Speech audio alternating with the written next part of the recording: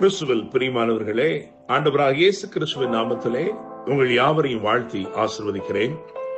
இந்த நாளுக்கென்று தேவன் நமக்கு அருளி இருக்கும் ஜீவ வார்த்தை நியாயாதிபதிகளின் புஸ்தகம் 14ஆம் அதிகாரம் 14ஆம் வசனத்தில் உள்ளது. அப்பொழுது அவன் பட்சிக்கிறவனிடத்திலிருந்து பட்சணமும் பலவானிடத்திலிருந்து மதுரமும் வந்தது என்றான். என்னை கேட்கும் தேவனுடைய பிள்ளைகளே, ஒரு விடுகதை இங்கே சொல்லப்பட்டிருக்கிறது. அந்த விடுகதை அவர்களால் 3 நாள் மட்டும் விடுவிக்க கூடாதே போயிற்று என்று எழுதியிருக்கிறது.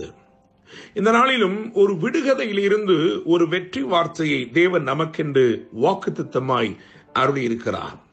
என கேட்கும் தேவனுடைய பிள்ளைகளே, சிம்சோன் என்னும் ஒரு பராக்கிரமசாலியின் அவனுடைய வாழ்க்கையில் நடந்த சம்பவங்கள், அவைகளைத்தான் இந்த 14ஆம் அதிகாரம், 15ஆம் அதிகாரம் மற்றும் 16ஆம் அதிகாரத்திலே எழுதியிருக்கிறது.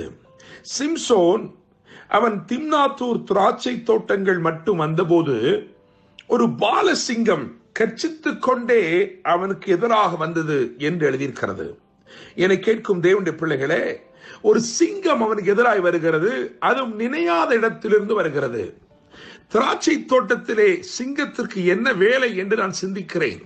ஆனாலும் பாருங்கள், சற்றும் எதிர்பார்த்திராத விதத்திலே, எதிர்பார்த்திராத இடத்திலிருந்து அவனுடைய பிரச்சனை என்பது கட்சிக்கிற ஒன்றாய் சீறி பாய்ந்து வருகிறது. அப்பொழுது வேதம் ஒரு காரியத்தை குறிப்பிடுகிறது. தேவனுடைய பிள்ளைகளே, 6வது வசனத்தை பார்க்கும் பொழுது, நியாயாதிபதிகள் புஸ்தகம் 14ஆம் அதிகாரம் அதன் 6வது வசனத்தை பார்க்கும் பொழுது, அப்பொழுது அவனுடைய கரத்திலே ஒன்றும் இல்லாமல், அதாவது கர்த்தருடைய ஆவி அவன் மேல் பலமாய் இறங்கினதினால் அவன் தன் கையில் ஒன்றும் இல்லாதிருந்தும் அதை ஒரு ஆட்டுக்குட்டியை கிழித்து போடுகிறது போல் கிழித்து போட்டான் என்று எழுதியிருக்கிறது. என கேட்கிற தேவனுடைய பிள்ளைகளே, இங்கே நான் ஒரு காரியத்தை குறிப்பிட விரும்புகிறேன். அவன் கையில் ஒன்றும் இல்லாதிருந்தும். என கேட்கும் தேவனுடைய பிள்ளைகளே, இன்றைக்கு ஒருவேளை நீங்களும் உங்கள் கையிலே ஒன்றும் இல்லை என்று சொல்லிக் கொண்டிருக்கிறீர்களோ, ஆனால் உங்கள் கரத்திலே ஒன்றும் இல்லை என்று சொல்லுகிற இந்நாளில் தானே நீங்கள் மகிமையான காரியத்தையும் பலத்த அதிசயத்தையும் நீங்கள் காணப்போகிறீர்கள். உங்களை கொண்டு தேவன் மகிமையான காரியங்களை செய்ய போகிறார். எனவே இந்த நாளை நான் ஒரு சாதனை நாளாக அழைக்கும்படி விரும்புகிறேன். இந்த நாள் நீங்கள் பெரிய காரியங்களை செய்து முடிக்கும் ஒரு நாளாக இருக்கிறது. It's a day of great accomplishments. என்னை கேட்கும் தேவனுடைய பிள்ளைகளே, இது உங்களுடைய சுய பலத்தினால் அல்ல, தேவ ஆவியினாலே, தேவ ஆவியானவர் உங்கள் வாழ்க்கையில செய்யும் அற்புதங்களினாலே அமைகிற பெரிய சாதனையாய் இருக்கிறது. தேவனுடைய பிள்ளைகளே, அவன் கையில் ஒன்றுமில்லை என்று எழுதியிருக்கிறது.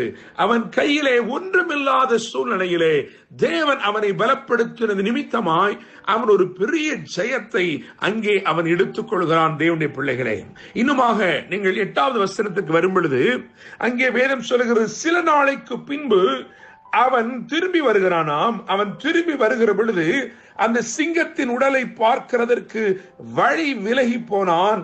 இதோ சிங்கத்தின் உடலுக்குள்ளே தேனி கூட்டமும் தேனும் இருந்தது.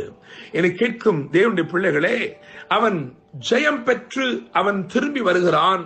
அவன் திரும்பி வருகிற பொழுது பாருங்கள், அவன் அங்கே அந்த சிங்கம் அங்கே அதன் உடல் அங்கே கிடக்கிறது. தான் மேற்கொண்ட, தான் ஜெயம் எடுத்த தேவன் அவனுக்கு வெற்றி கொடுத்த, அவன் கையிலே ஒன்றுமே இல்லாமல் இருந்த பொழுது அவன் ஜெயித்தானே, அந்த ஜெயம் அப்படியே அந்த ஜெயத்தின் அந்த ஒரு நினைவு போல அது அங்கே கிடக்கிறது. அந்த சிங்கம் அங்கே கிடக்கிறது, சிங்கத்தின் உடல் அங்கே கிடக்கிறது.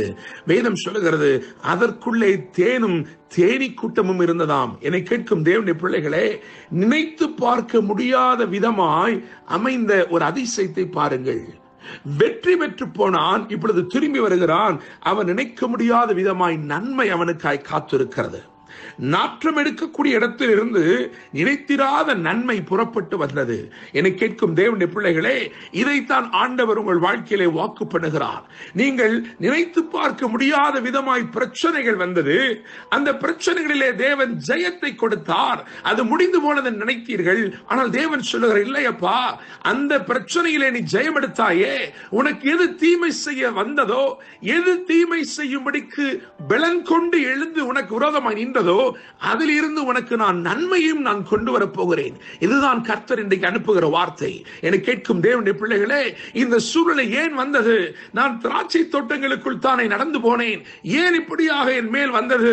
இது எனக்கு விரோதமாய் சீரிப்பாய் இந்த முகாந்திரம் என்ன என்று கேட்டாயே, தேவன் உனக்கு வெற்றியை மாத்திரமல்ல, அந்த தீமை உனக்கு விரோதமாய் எழும்பி நின்ற தீமை, கர்ச்சித்து உனக்கு விரோதமாய் பாய்ந்ததே, அந்த தீமையில் இருந்தே தேவன் ஒரு நன்மையும் உனக்கு கொண்டு வந்து தரப்போகிறார். தேவனுடைய பிள்ளைகளே, நீங்கள் வேதத்திலே பல சம்பவங்களை நான் வாசிக்க முடியும்.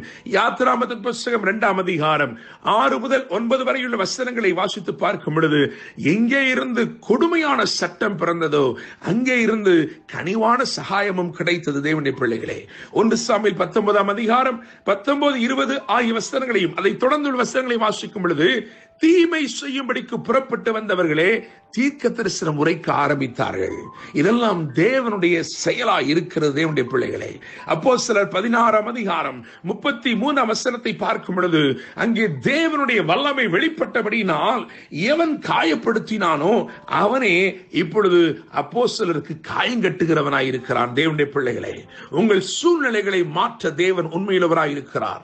நீங்கள் நினைத்து பார்க்க முடியாத விதமாய் வெற்றியை தருகிற தேவன், நீங்கள் சற்றும் நினைத்து பார்க்க முடியாத விதமாய் உங்களுக்கு நன்மையானதையும் தேவன் பிறப்பிக்கிறார்.